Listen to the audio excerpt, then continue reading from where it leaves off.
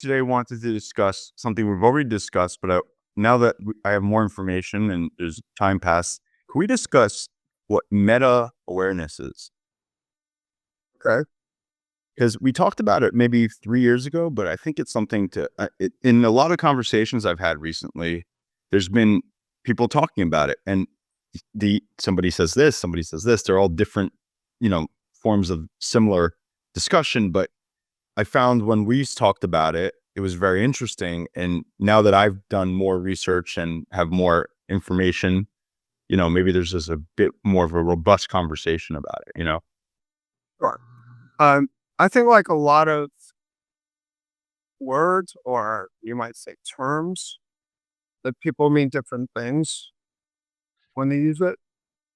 So what I mean, well, there's two ways I want to talk about it. So what is meta awareness? But what I'm interested in is what I call meta awareness practice.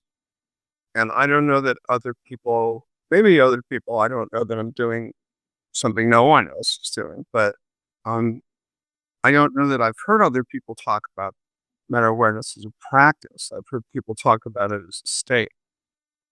So if we're talking about it as a state, what we're talking about is what you might call awareness of awareness. So I'm looking at my desk and I won't judge, which is being aware of my desk. So there's all kinds of things on my desk, and there's all kinds of things not on my desk. So when I'm aware of my desk, I'm aware of the things on my desk, the things not on my desk. The so right now my desk is like a long piece of wood, right? And I've got in sort of printer station. This end, there's some personal stuff like my supplements, uh, and then there's papers and there's stacks and there's all kinds of stuff, right? So I'm also aware, like I put my hands on my desk, like I'm aware of how that feels. I'm aware that my tablet is in front of me and I'm looking at you. I'm aware that there's bookcases up there, which I might not be aware of, even though I know they're there, but I'm not necessarily at this moment. At every moment, I'm not aware because the question is always a question, but an important question, maybe the important question is where do we settle our awareness? Where do we direct our awareness? That's a big question in meditation practice. And I think it's the fundamental question because a lot of people think, well, and I this came up in a class that I taught recently. A lot of people think that, well, you're aware of what you're aware of. And yes, and you can choose to, and I think people who do meditation or mindfulness practice or whatever you want to call it, you can choose to direct your awareness to settle it somewhere, to place it somewhere. You could also choose to just let it be, let it, whatever arises, arises. Some people call that mindfulness practice. Some people anchor mindfulness practice with a focus, like the breath. Some people don't use the term or the word mindfulness practice, but they focus the attention somewhere, like on a mantra or on an image or on a movement. Or you can do what we think of as contemplative meditation, where you focus your attention on a concept, on a question, like, what is meta awareness?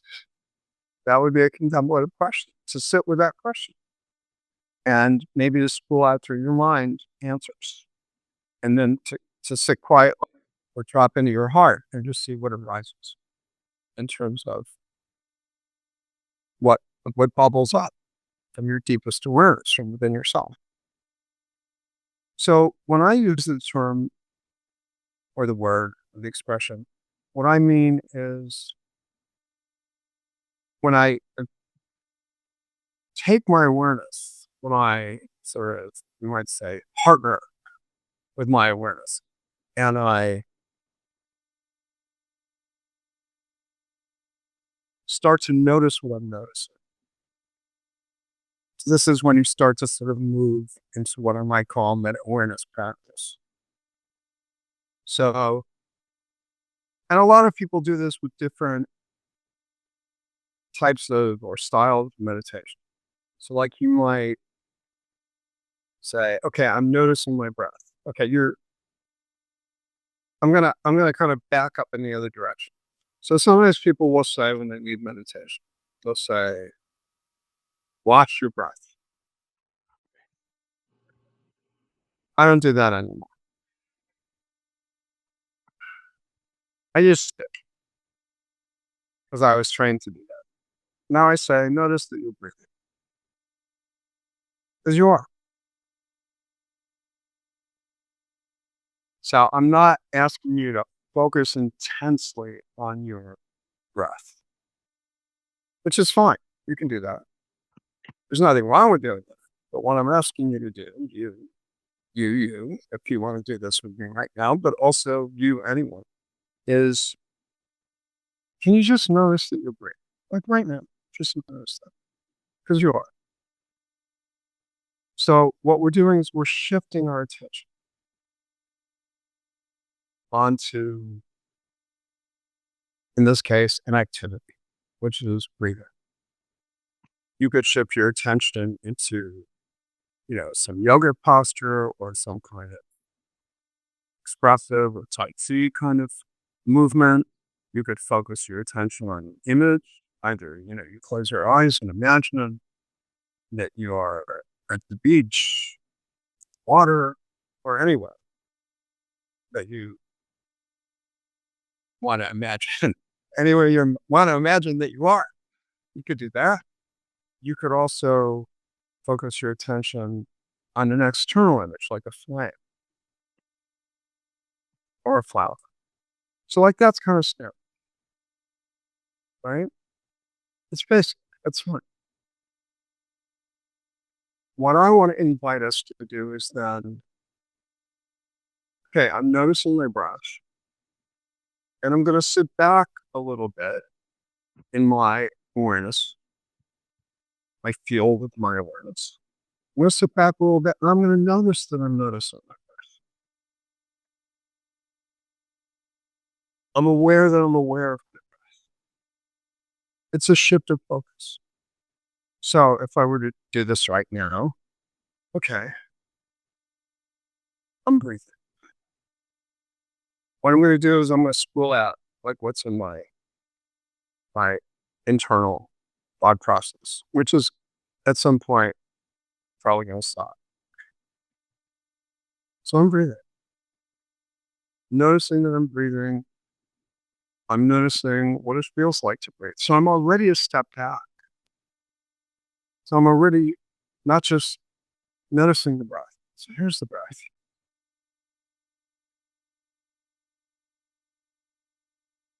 And you can stop there. But at some point, you're aware that you're noticing it. The image that I use, and I think I probably said this before when we spoke, but I think it's maybe clearer to me and maybe to you, is, you're watching a movie. And there's a scene in the movie. We could pick something dramatic, like say there's a car chase. So there's this car chase. And whether it's because of what we call mirror neurons, that when you see something, your body starts to have the experience of it, or whether I'm being impacted by the emotional experience, and therefore my body's going to start hormonally secreting chemicals that are aligned with this experience. So maybe it's a calm experience, my body starts to calm down, or maybe it's a car chase, and I get all excited, I get all wrapped up in my nervous system. And maybe I start experiencing anxiety. And then I go, oh, it's a movie. It's a car chase. So I put a little distance between my experience and the stimulus. Stimulus in this case being the movement, or the breath, or the image, or the mantra, or the physical activity. I'm putting a little distance between myself and it by naming, oh, it's my breath. Oh, and you know what? Not only is it my breath, not only is it a car chase, I'm watching it. So this is moving. First, I'm immersed in the experience emotionally. We do this, like when we're anxious, when we're angry, when when we're lost, when we're happy. We're immersed in the emotional experience. And then we're trying to go, we name it. Oh, I'm in love. Oh, I'm furious. And you can't see this, but when I did this, it's like my hands clench up. Oh, I'm furious. And we start to get into that experience, even though we're naming it. And then what if we were to then say, and I'm noticing that I'm furious. I'm noticing that. I'm noticing that I'm afraid.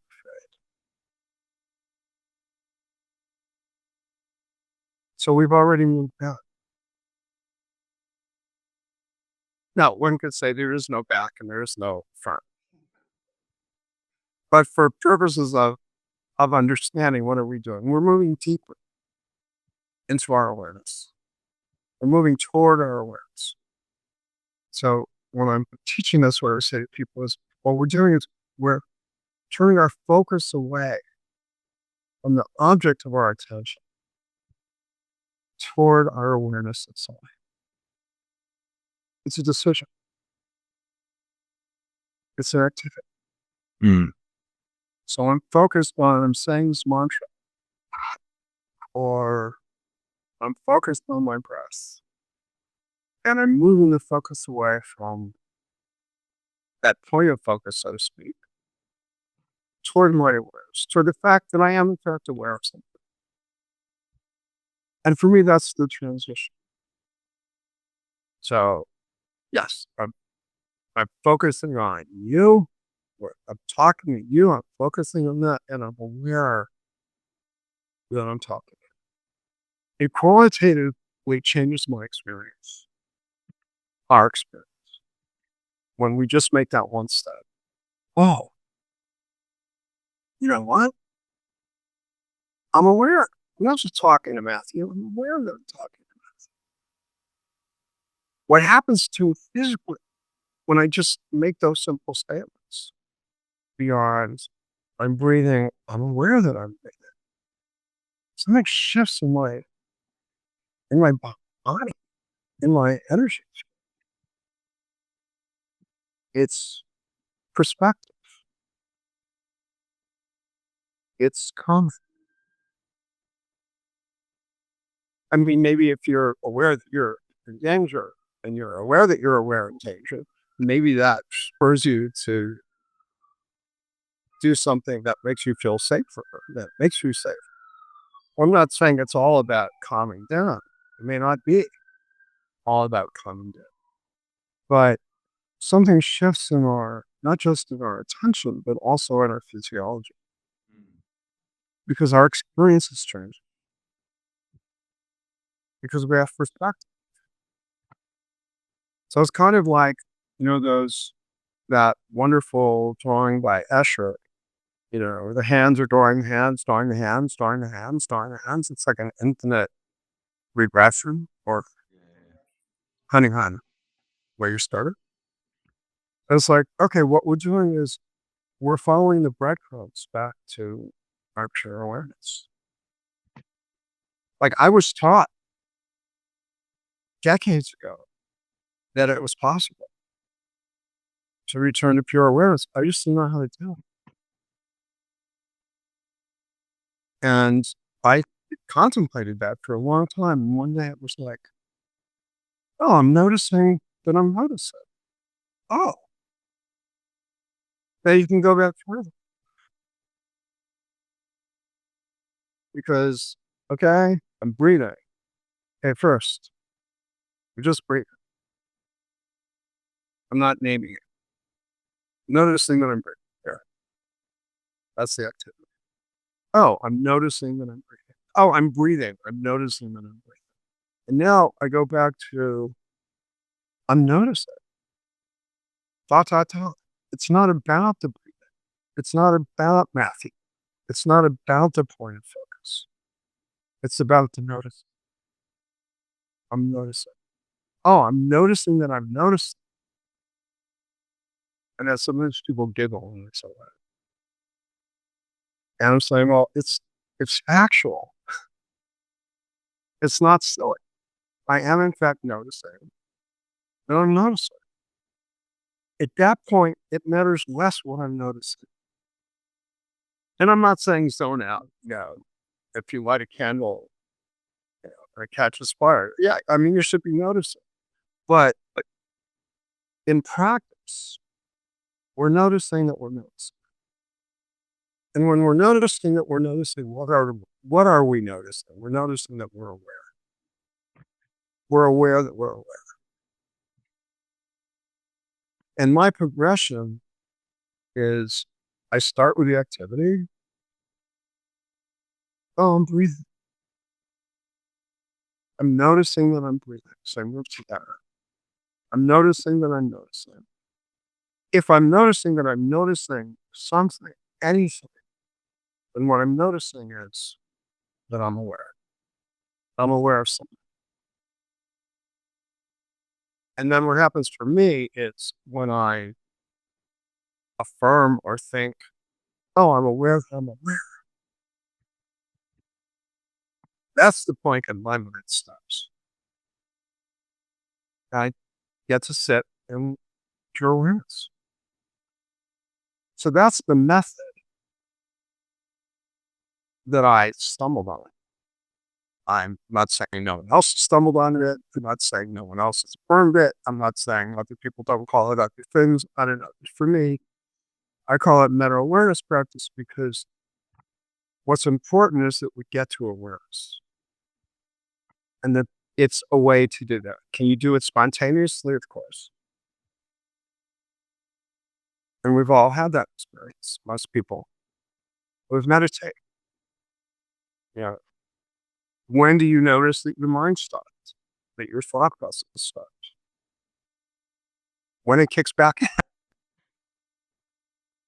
in. Yeah. Oh, I wasn't thinking anything. Because you're thinking again. Can you drop back in? Maybe.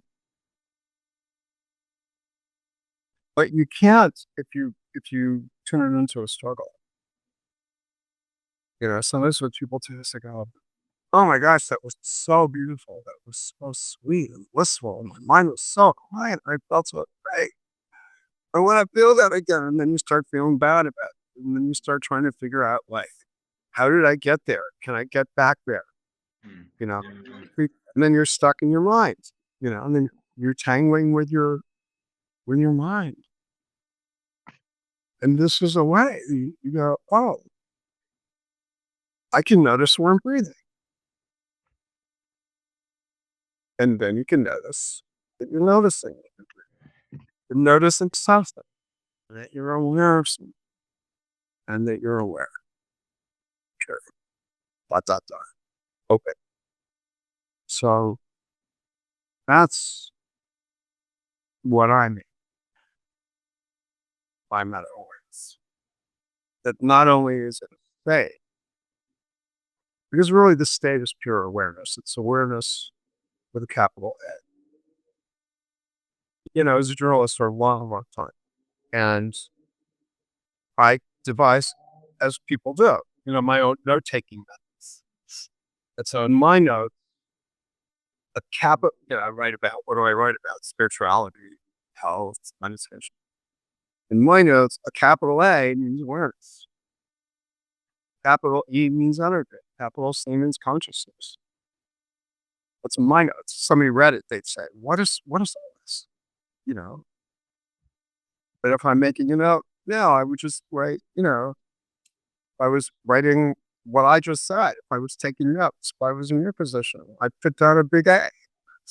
And I'd go from the breath to the A, because what's the A? The A is awareness. With a capital A, true awareness. What does that mean? It means you're just aware. You're just being in that state.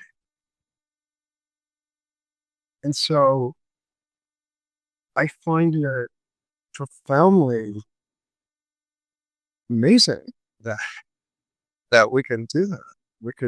We can choose to go to it. We don't have to stop it. We don't have to stop at noticing it. We can go all the way. And the more, it's like anything else. The more we're aware, the more we're aware. The more awareness we cultivate. So is that clear? No, that makes a lot of sense, and it makes more sense the second time hearing it also, because I think the first time, a lot of I was talking to somebody who was talking about awareness of awareness or meta awareness, and they were talking about the activity of being aware, and it's not an active pose; it's almost a passive pose, and I think that's. And I tried to explain it to him, and I said that to him, but it's the simplicity of it is that you're stepping backwards, you're downshifting rather than upshifting, right? It's a movement that's you're getting things a little bit more at ease than to say, oh, I'm focusing on this thing that's focusing on this thing, which seems anxious and tedious. So, and I think the aspect of being to distance oneself is very powerful, right? Because we could react, which is a fun thing that everybody likes to do, especially in New York, if you're driving a car, right? Or you could say, okay, what's going on here? There's always that scene in Casino that I love so much where the guy makes a noise and there's a pen involved, and I forget, DeVito beats him off, and then the De Niro character says, I wanted to know what was going on. Why was he rude that day? And I think that gives you that pause that you need to have in order to be structured and also more focused in what it is that you're doing. So first of all, I would say it's a state. I don't think of it as passive. It's our state. It's our natural state. It's that beingness that we experience. There's this expression in Sanskrit, Satchit Ananda. You might have heard of Swami Satchit Ananda, but that's a name based on that principle. So what's the principle? So Sat in Sanskrit means being. So that's sort of pure beingness, that isness, that amness that we experience sometimes, just like, we're kind of just in that zone of being. You're not doing anything. You're just. And then Sanskrit chit, C-H-I-T, is the transliteration of chitti, which is, it's a little more complex. I don't think that we're simplified it, but what it means is consciousness. It also means light. So I think of it as those little scintillating particles of light that sometimes you just kind of see out there. And then the third principle is Ananda, which is usually translated as bliss. I usually think of it as contentment, completeness, because I think when we think of bliss, in English at least, it feels like we're supposed to be ecstatic all the time. We're not ecstatic all the time. We're not going to be ecstatic all the time. But can we be content? Yeah, we can be content. So the awareness piece and the being piece and the contentment piece, like they travel together. So it's our state, it's our inner state. And I think you're right. It's like we reverse engineer it. You know, we go back to it because it's hard to function in the world and be in that state all the time. You know, I think that the task of what we might call metaphysics or spirituality is to become more and more established in that state and for it to be more and more accessible in those moments when we're not feeling it. Right. It's like when we're immersed in the drama. One of my students always called it the drama-rama. When the drama-rama of our lives. You said this and she said that, but you weren't there and I was looking for you and oh, I thought we were, but we didn't. All this stuff. The day to day to day to day. Like, well, we all got this stuff in our lives. Oh, we ran out of it, but I was looking forward to it. All of this disappointments and the anticipations and all of that stuff that can drive us crazy. And at any given moment, we could just go, "Oh, I'm free."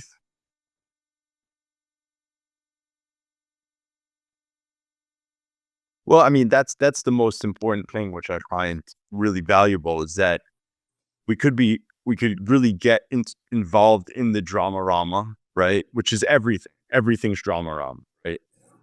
Before you get focused on your breath, which is grounding to yourself. And I think the grounding to yourself is a major breakthrough, because we don't realize that you have this thing that's yours that you can ground to, right? It's very simple. You have to breathe. Last I checked, at least, right? So, Well, yeah, that's why in my classes I say, you aren't that great. No need to say because we're not dead. Yeah, you are in fact breathing at this moment. Notice that. What I'm talking about in this instance is, yes, the breath itself does have physiological properties that can calm down our nervous system or ramp it up.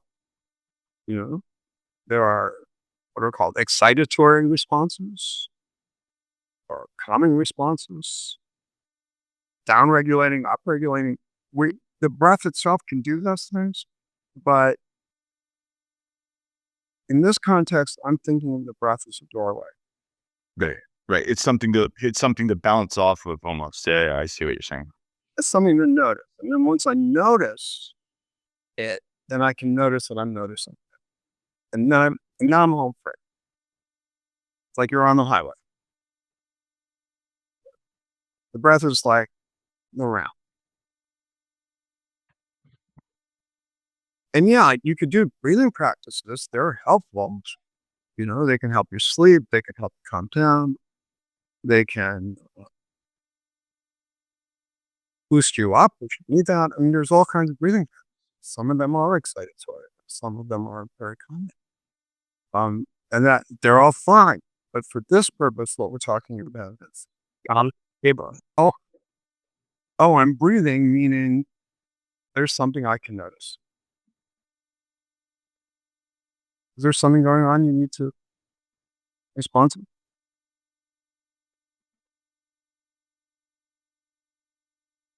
That's good. Hey, oh, it's Something else. don't worry about it. It's yeah, yeah. Well, but it's a good example, whatever it is, because then we notice that. And then we can go, oh, I'm breathing. Right. Just come back to the breath. Yeah. Be aware of it.